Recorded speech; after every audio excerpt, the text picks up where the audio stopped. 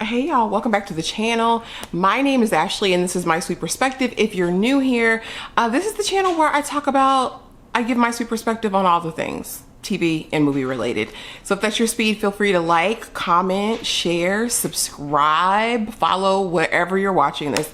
Y'all, let's get right into it. Bass Reeves, episode 7. Y'all, this was the penultimate episode. There's only one more left, and this is the end of the series. This was a limited series. Now, Taylor Sheridan, I don't know what you're thinking when we're doing this, but we need more of this type of show, okay? So I will say from the rip, this episode was not my favorite of the season. It was probably my least favorite episode of the season.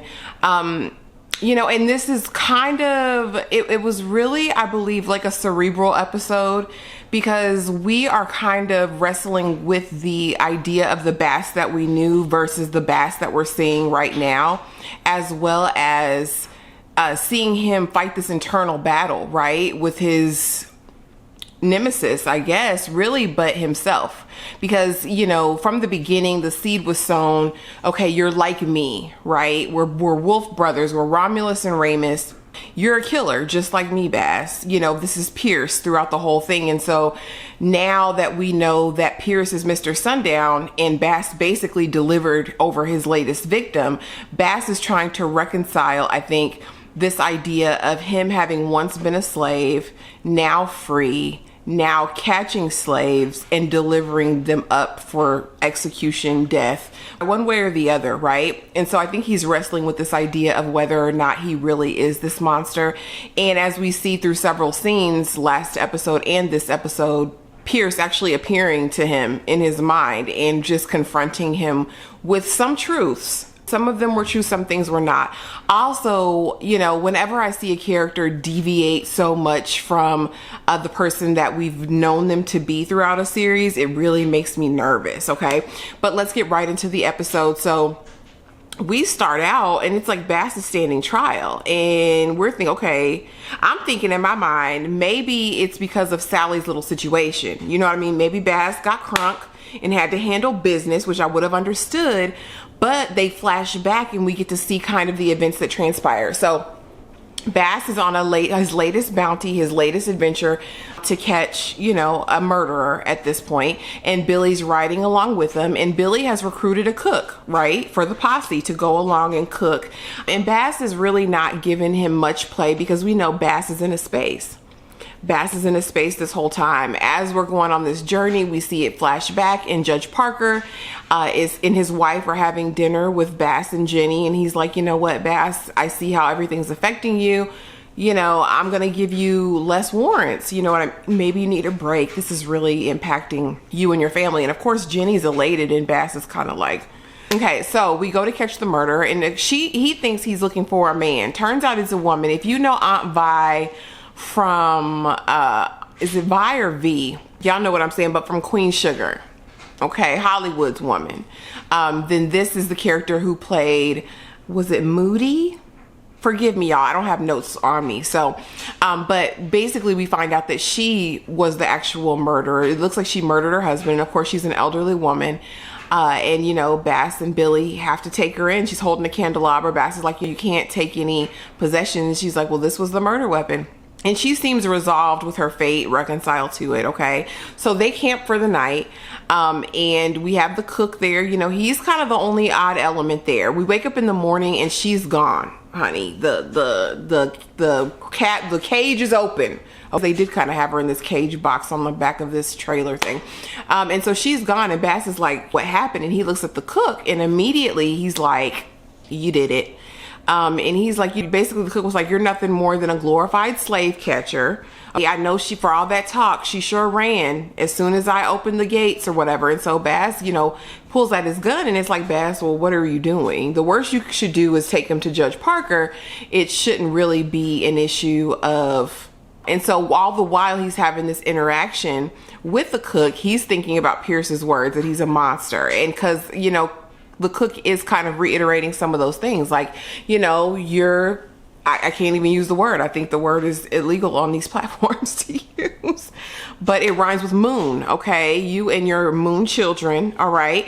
And you're all of the things. You're Uncle Remus, you're all of the things. You're a slave catcher, you're doing the white man's bidding, and I'm not going for it. And so as the guy is kind of reaching, he has a gun as well. Bass shoots him, and I'm like, oh my goodness. Billy Crow is immediately like, we need to come up with a story, because what did you do, Bass? And my thing is, I was like, oh, the show is taking liberties and doing the most. As much as I've read about Bass Reeves since this show has started, and even before, this never happened.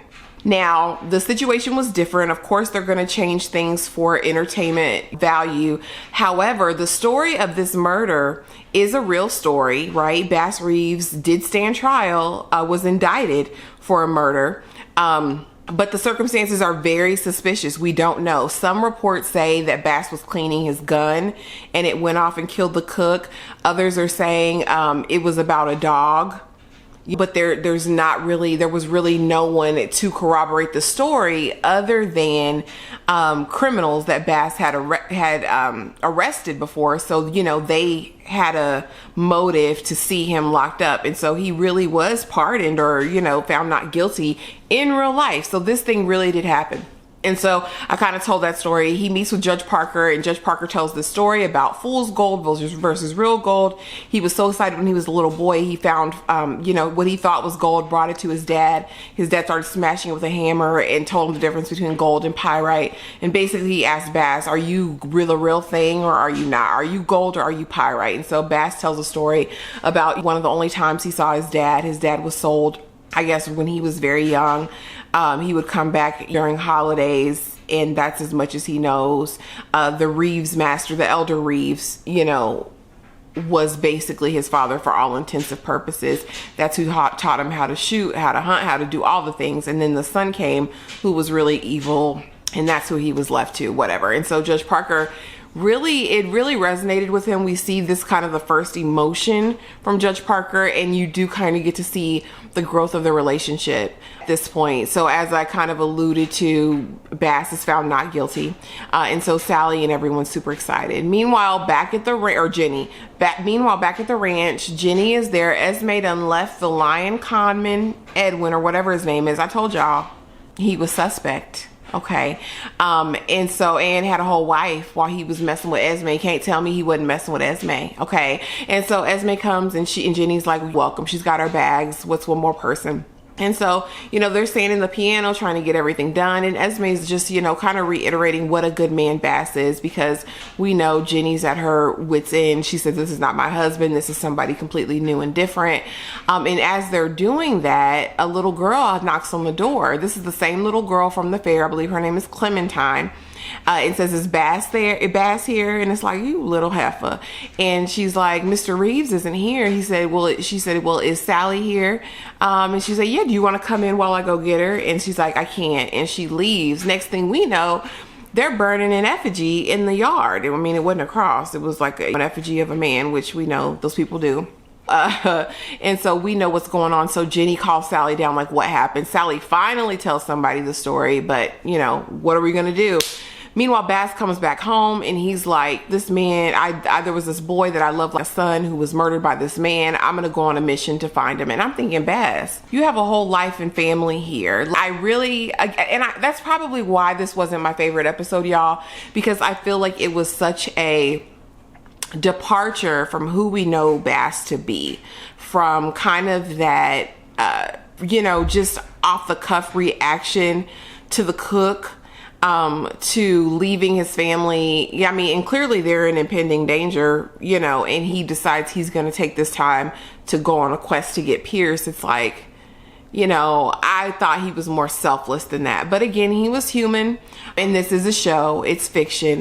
So y'all, yeah, but that was pretty much everything that happened in this episode. I think it was the shortest episode of the season as well. I think it was only 30-some minutes, but those are kind of my thoughts, y'all. I was disappointed in this episode. They're gonna have to do a lot next episode to kind of bring this full circle, but you know, I mean, we done been through it all. So what's one more episode, y'all? If you're still here, thank you so much for watching. Please be sure to like, comment, and subscribe, and I will see y'all in the next video. Bye.